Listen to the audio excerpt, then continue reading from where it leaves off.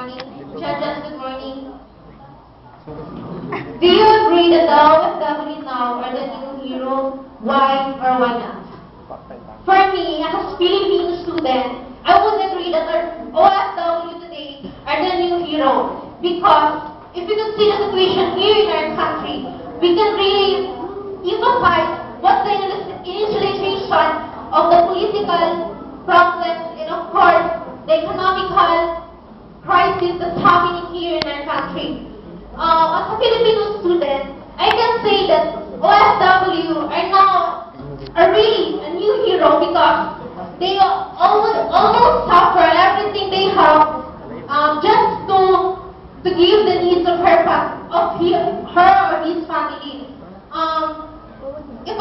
If I am the situation, I would really base the initiative of being Filipino to fight and be courage enough to have a goal in life. As an OFW, it is hero content because nobody in this country makes a difference because they have been worked on this on their personal fields. And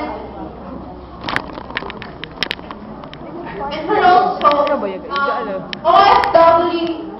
OFW across the country suffered enough and have the courage enough to face